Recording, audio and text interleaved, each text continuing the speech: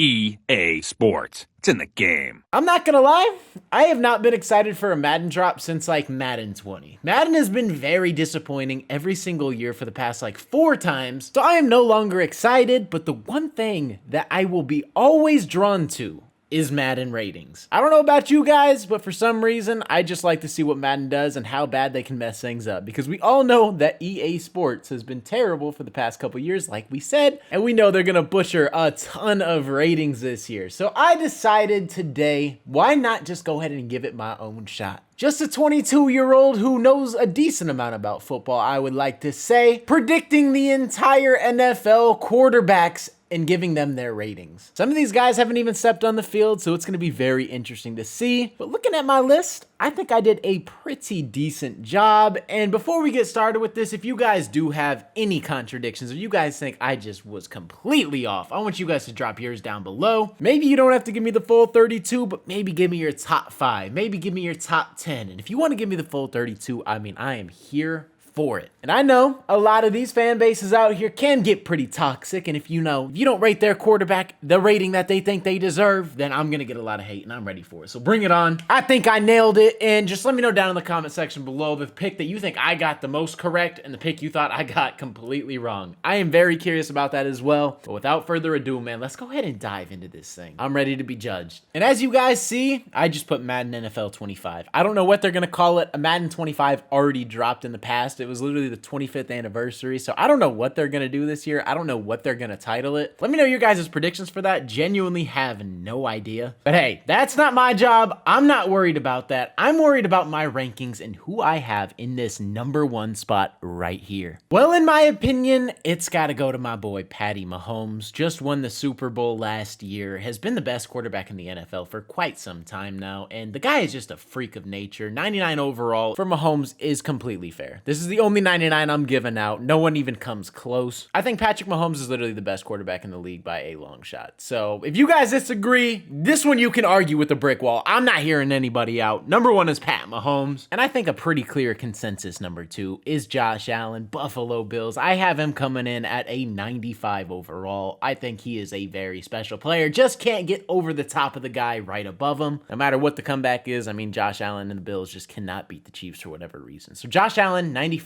could argue for like a 96, but I feel like this is a fair rating for him. The second best quarterback in the league. And then we head over to #3, where I have last year's MVP, Lamar Jackson from the Baltimore Ravens, coming in at a 94 overall. Again, I feel like this is fair. I don't think he's better than Josh Allen as a quarterback. I'm not going to make a running back joke. That is not where I'm taking this thing. I just think Josh Allen is an overall better player than Lamar Jackson is. I don't honestly think he deserved the MVP last year. I'm not going to lie. I think it was a pretty weak MVP class. You had Dak Prescott in there, so enough said at the end of the day. I think Lamar Jackson is the third best quarterback, coming in at a 94 overall. Again, I feel like it's fair. I think the top 3 are pretty much set in stone. If you guys disagree with this, I don't know what to tell you. Everyone is subject to their own opinion, but I think I'm nailing it so far. Now, this right here is where things start to get a little controversial. I have Joe Burrow, Cincinnati Bengals quarterback, coming in at a 92 overall and the 4th best quarterback in the league. I know he was hurt last year, but I still think Joe Shiesty's gonna come back. He's gonna be good. He's gonna be literally one of the best quarterbacks in the league. I have him top 5. I think he's a very special talent, and he led that Bengals team to a Super Bowl a couple years ago. I still think he's fantastic, coming in at a 92. Now, this one right here, I already know a lot of people are going to be very angry about this. I have Matthew Stafford as the 5th best quarterback in the league, still at like 35 years old. I think he is fantastic, criminally underrated, has always been his whole career, coming in at an 89 overall. This one, I already know I am ready for the heat. I am ready for the backlash.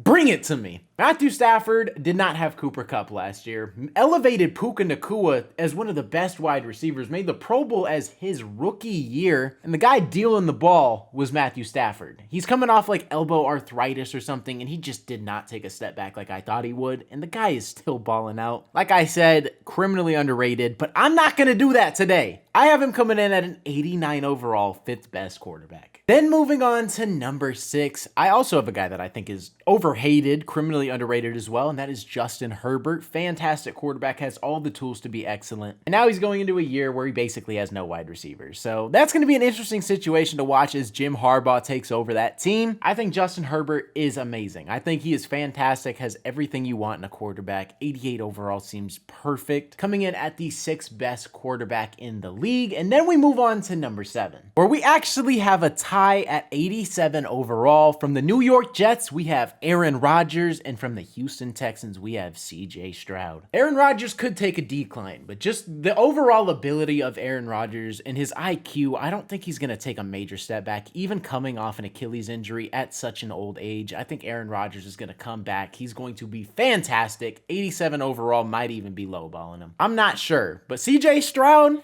I'm not lowballing him at all. 87 overall, one of the best quarterbacks in the league last year, was a rookie. This Houston Texans team was supposed to be awful, and he led them to the playoffs. Actually, deep into the playoffs. He actually won a game. They were the 27th best team in football. Like, let that sink in as a rookie quarterback, taking all that pressure. Just absolutely ridiculous. And the fact that he is on par with Aaron Rodgers says enough. I think him and Aaron Rodgers tied for 7th is perfect at an 87 overall. Then moving on to number 9, we again have a tie at an 86 overall, where I have Jared Goff, who has turned his career around since going to Detroit, led this team deep in the playoffs, should have been in the Super Bowl. I have him coming in at an 86 overall. The same with Jalen Hurts, who I think took a major regression in the pass game. I think rushing-wise, the offensive line with the tush push benefits him a lot. I'm not going to discredit him as a quarterback. I'm going to have him come in at an 86, same as Jared Goff. I think these are both fair. Got to give them their credit still. I still think they're both solid quarterbacks. And with the way they were playing last year, you got to give him props, and Jalen Hurts was fighting through injury. So we got to see what he can do. I think these are very fair ratings. And then we move to the 11th spot, where again, another tie. This one is actually a 3-way tie between Dak Prescott, Kyler Murray, and Brock Purdy, all coming in at an 85 overall. Very fair ratings right here. Dak Prescott had a fantastic year. I still think he is a average quarterback who puts up great numbers in this offense with CeeDee Lamb, but I'm not going to discredit him. He looked like an MVP candidate, but I just know who Dak Prescott is. In the playoffs, he can't flip that switch. He has had every opportunity to do so, but I'm not going to discredit him because he's not a bad quarterback. He's like the 15th or 16th best, so I'm going to give him his props where it's due. The guy is fantastic at football.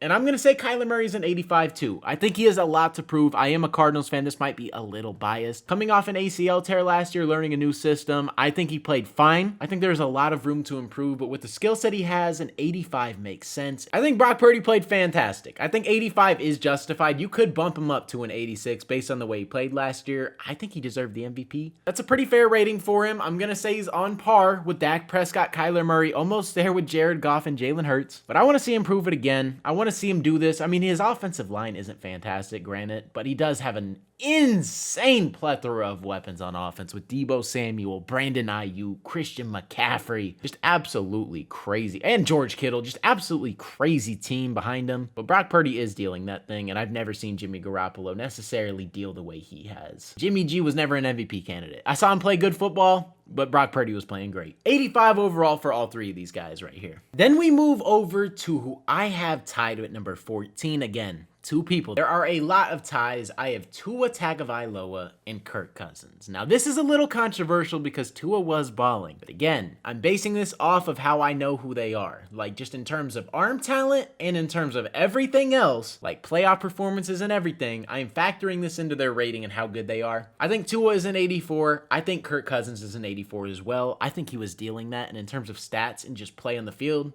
Kirk Cousins is better than a lot of people on this list. You could bump him up to an 86, but he is coming off an Achilles injury. I'm not sure how he's going to come back. I'm going to dock him a little bit just because of that, assuming he comes back slightly worse. But he's still surrounded by a ton of weapons, so I still think he's going to be good. And I'm not saying either of these guys are bad, but this just seems fair to me, if you guys understand what I'm saying. Then we're going to move over to the 16th spot, where I have Jordan Love coming in at an 83 overall. He was balling in that back half of the season, and his playoff performance was nuts. He absolutely destroyed Dak Prescott and the Cowboys. You could argue he is higher than an 83.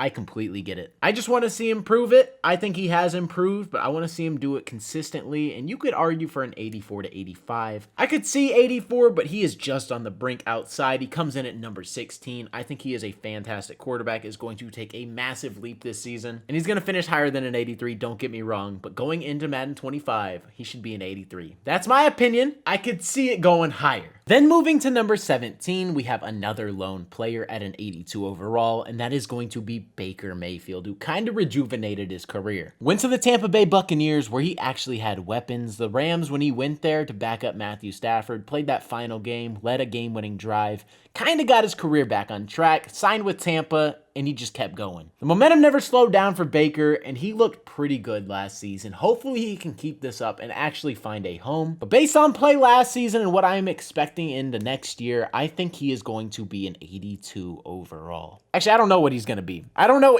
Honestly, I don't know what any of these guys are going to be. These are my ratings, the better ratings. I think Baker deserves an 82. I'm just going to keep it short and simple. He kind of rejuvenated his career. They got Mike Evans back. I don't really see his play declining a ton. It could decline a little bit or stay the same. I don't know if he's going to elevate much, but we will see. Only time will tell on that one. Then we have coming in at number 18, Trevor Lawrence. I need to see more consistency out of him. I saw him get figured out. I know he was dealing with injury, but his play declined in the second half of the season. I don't care if you're hurt or not. If you're on the field, your stock is going down. I still believe in Trevor Lawrence. Do not get me wrong, but I think an 81 is fair going into next year. There is a lot of room to improve, but he's got to prove it for a full season and actually stay healthy. I think he's worse than Baker Mayfield. No, in terms of talent, I do not. But based on what we saw in that second half of the season, I just can't give him the edge. Got to see a little more consistency, and he can get bumped up easily. I could see him getting to an 84 to 87 range. Then moving on to the next two slots, where I have a tie coming in at number 19. We have Deshaun Watson and Russell Wilson, both coming in at 80 overalls. I think both of these guys have a ton to prove next year. Deshaun got paid a bag and has not lived up to it for Cleveland. They traded a ton to get him, and he has not looked good yet. He's looked okay in spurts, but he has not had a ton of games where you're like, man, this is the Deshaun Watson of Houston. This trade is worth it. So I think an 80 is fair, and same thing with Russell Wilson. I mean, he had a good year in Denver, but he wasn't elevating his team much. In Pittsburgh, he has a chance to do something great. I mean, they always make the playoffs every single year, so if Russell Wilson is the quarterback that everybody thinks he is, then they will make the playoffs with ease and can actually contend. When it comes to 80 overall, I mean, this is perfect for them. Then after this, there are no more 80 overalls. We start getting to the quarterbacks that could be categorized as buns or just unproven. Or they're just okay starters at best, you know? We're not going to hate too hard. And if your quarterback is here, do not hate me. I'm just speaking facts today. And what better way to start this off than Geno Smith of the Seattle Seahawks at tied 21. We're going to have another quarterback, maybe two. I'm not sure. I don't really remember, but Geno Smith is the first 78. He's going to start the column. I think is about as mid as it gets. Mr. They wrote me off, but I didn't write back. I mean, he had that resurgent season. I think he's going to kind of fall off as he starts getting older, and I think he's just going to prove that he is an average quarterback. No hate against Geno. That's just what he is. And that's right. I put Caleb Williams here at a 78 overall, the number 1 overall pick. He's just unproven. He's not in the mid category like Geno, who's been in the league a ton of years and is still a 78 overall. Caleb Williams has a chance to be very special in the league. I think coming into the league, though, a 78 overall is more than fair. He's not better than Trevor Lawrence. He's not better than Deshaun Watson right now. He's not better than Russell Wilson. We got to see what the kid's got, but he is a baller. Number 1 overall pick for a reason. Chicago,